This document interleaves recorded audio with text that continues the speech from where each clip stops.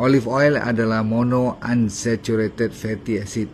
Tak apalah, nama-nama ni tak ingat pun tak apa, tapi pendekkan cerita, dia merupakan salah satu daripada antioksidan yang paling lama ada di dunia dalam bentuk minyak ni, yang lawan karat-karat dalam badan kita, yang lawan free radical supaya kita tidak rosak sel-sel kita, dan dia ada 4 yang paling popular. You pernah dengar seperti hydroxy tyrosol, lepas tu oleocanthal, lepas tu oleoropin, boleh membantu untuk mengurangkan, ada juga fungsi untuk lawan kolesterol, bagus untuk jantung.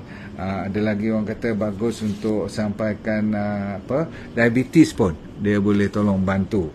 Jadi orang diabetes dengar, high blood pun boleh dengar tak?